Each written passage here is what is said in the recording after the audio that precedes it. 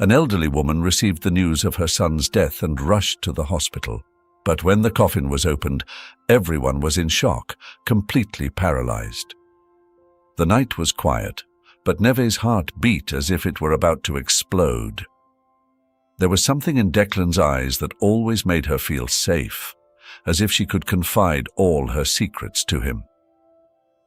"You are everything I ever dreamed of," he told her that night, under the flickering lights of a fair in the town centre.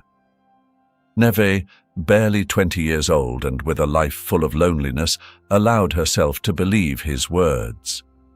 Declan was not like the other men she had met at work or in the few places she went out.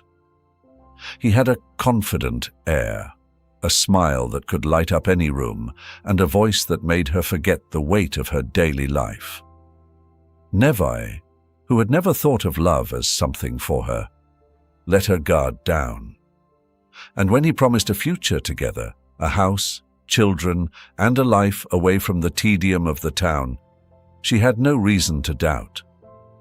For months, their romance blossomed like wildflowers after an unexpected rain.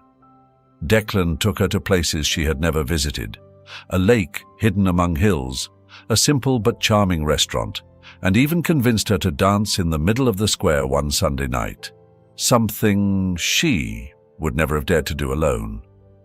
Neve, who had spent her life fearing betrayal, found herself daydreaming of a home filled with laughter. But everything changed the day Neve gave him the news. She had been nervous all morning, but finally found the courage to tell him while they were having coffee in a small cafe next to the park. "Declan," she said, her voice barely a whisper, "I'm pregnant." The silence that followed was like a dark cloud that blocked all the sunlight.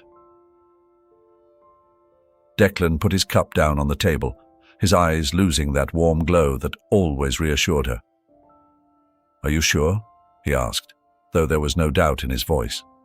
Neve nodded slowly, hoping he would hug her, tell her everything would be all right.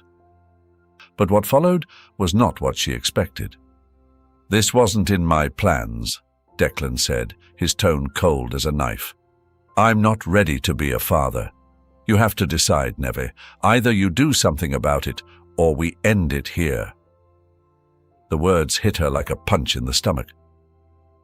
"How can you say that?" she asked, her voice trembling. "You promised